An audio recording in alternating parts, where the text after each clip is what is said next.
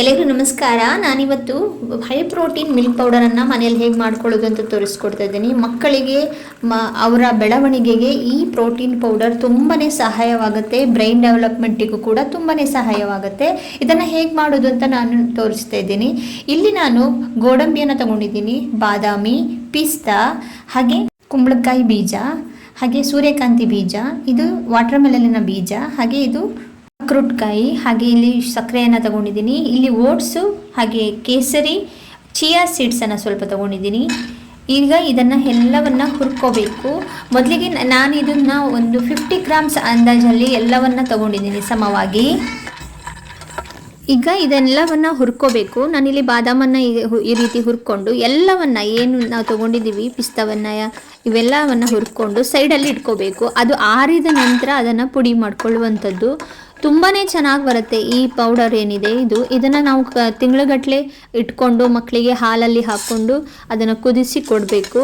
ನಾನಿಲ್ಲಿ ಪಂಪ್ಕಿನ್ ಸೀಡ್ಸನ್ನು ತೊಗೊಂಡಿದ್ದೀನಿ. ಇವೆಲ್ಲವೂ ಕೂಡ ನಿಮ್ಮ ಹತ್ತಿರದ ಯಾವುದೇ ರೀತಿಯ ಅಂಗಡಿಗಳಲ್ಲಿ ಸಿಗ್ತದೆ. ಯಾಕಂದರೆ ಈಗ ನಾವು ಏನು ಮನೆಗೆ ದಿನಸಿ ತರ್ತೀವಿ ಆ ಅಂಗಡಿಗಳಲ್ಲಿ ಈ ಎಲ್ಲ ಸೀಡ್ಸ್ಗಳು ಸಿಗ್ತದೆ. ಇಲ್ಲಾಂದರೆ ಹತ್ತಿರದಂಥ ಯಾವುದಾದ್ರೂ ಮಾರ್ಕೆಟಿಗೆ, ಬಜಾರ್ಗೆ ಹೋದಾಗ ಇದನ್ನು ತೊಗೊಂಡು ಬರ್ಬೋದು. ತುಂಬಾ ಚೆನ್ನಾಗಿರುತ್ತೆ ಮಕ್ಕಳಿಗೆ. ನಾವು ಹೊರಗಡೆಯಿಂದ ಬೇರೆ ರೀತಿಯ ಇದನ್ನು ತಂದು ಮಾಡೋದಕ್ಕಿಂತ ನಾವೇ ಡ್ರೈ ಫ್ರೂಟ್ಸನ್ನು ಪುಡಿ ಮಾಡಿ ಮಕ್ಕಳಿಗೆ ಕೊಡೋದ್ರಿಂದ ತುಂಬ ಚೆನ್ನಾಗಿರುತ್ತೆ. ನಾನಿಲ್ಲಿ ವಾಲ್ನಟ್ ಹಾಕ್ತಿದ್ದೀನಿ. ವಾಲ್ನಟ್ ಕೂಡ ಹಾಗೆ ಬ್ರೈನ್ ಡೆವಲಪ್ಮೆಂಟಿಗೆ ತುಂಬಾ ಸಹಾಯ ಮಾಡುತ್ತೆ. ನೀವು ನೋಡ್ತಿರ್ಬೋದು ಅದನ್ನ, ಅದು ಕೂಡ ಒಂಥರ ಬ್ರೈನ್ ಕಂಡಾಗೆ ಇದೆ, ತುಂಬ ಚೆನ್ನಾಗಿ ಬರುತ್ತೆ.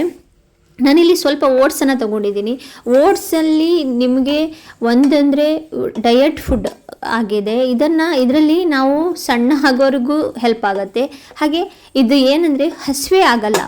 ಈ ಓಟ್ಸನ್ನು ತಿನ್ನೋದ್ರಿಂದ ಹಸಿವೆ ಆಗಲ್ಲ. ನಾನಿಲ್ಲೆಲ್ಲ ಮಾಡ್ಕೊಂಡದನ್ನ ಈಗ ಕೇಸರಿ ಮತ್ತು ಚಿಯಾ ಸೀಡ್ಸನ್ನು ಹುರ್ಕೊಂಡಿಲ್ಲ, ಅದನ್ನು ಡೈರೆಕ್ಟಾಗಿ ಆ ಪೌಡರ್ಗೆ ಹಾಕಿ ಇದು ಮಿಕ್ಸಿಗೆ ಹಾಕಿ ರುಬ್ಕೊಂಡು ಈ ರೀತಿಯಾಗಿ ಒಂದು ಕಂಟೈನರಲ್ಲಿ ಹಾಕ್ಕೊಂಡು ಇಟ್ಕೊತಾ ಇದ್ದೀನಿ ಸ್ಟೋರ್ ಮಾಡಿ.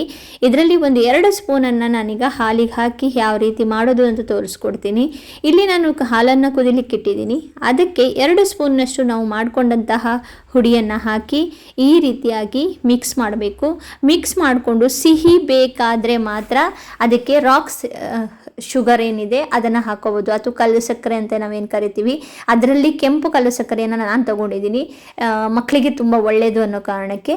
ಹಾಗೆ ಅದನ್ನು ಹಾಕಿ ಚೆನ್ನಾಗಿ ಕುದಿಸ್ಕೊಂಡು ಒಂದು ಕುದಿ ಹಾಲು ಬಂದ ಮೇಲೆ ಅದನ್ನು ಆಫ್ ಮಾಡಿಕೊಂಡು ಮಕ್ಕಳಿಗೆ ತಣಿಸಿ ಕೊಟ್ಟರೆ ತುಂಬಾ ಚೆನ್ನಾಗಿರುವಂತಹ ಹೈ ಪ್ರೋಟೀನ್ ಮಿಲ್ಕ್ ರೆಡಿ ಆಗ್ತದೆ. ಈ ಮಿಲ್ಕ್ ಪೌಡರ್ ಏನಿದೆ ಇದನ್ನು ನೀವು ಮಾಡಿ ನೋಡಿ ಒಂದ್ಸರಿ, ಎಷ್ಟು ಚೆನ್ನಾಗಿ ಬರ್ತದೆ. ಹಾಗೆ ಮಕ್ಕಳಿಗೆ ಎಷ್ಟು ಹೆಲ್ಪ್ ಆಗುತ್ತೆ ಅಂತಲೂ ನೀವು ನೋಡ್ಬೋದು. ಹಾಗೆ ದೊಡ್ಡವರು ಕೂಡ ಸೇವಿಸಬಾರ್ದು ಅನ್ನೋ ಯಾವಾಗ ಇದು ಇಲ್ಲ. ಯಾಕಂದರೆ ಇದು ಡ್ರೈ ಫ್ರೂಟ್ಸ್ ಎಲ್ಲ ಹಾಕಿರೋದ್ರಿಂದ ಎಲ್ರಿಗೂ ಕೂಡ ತುಂಬಾ ಒಳ್ಳೆಯದಾಗಿರುತ್ತೆ. ಮೂಳೆಗಳ ಸವೆತ ಆಗಿರ್ಬೋದು, ಮಕ್ಕಳಿಗೆ ನೆನಪಿನ ಶಕ್ತಿಗೆ ಆಗಿರ್ಬೋದು, ಪ್ರತಿಯೊಂದಕ್ಕೂ ಇದು ಹೆಲ್ಪ್ ಮಾಡುತ್ತೆ. ಒಂದ್ಸರಿ ಈ ರೆಸಿಪಿಯನ್ನು ಟ್ರೈ ಮಾಡಿ ನೋಡಿ.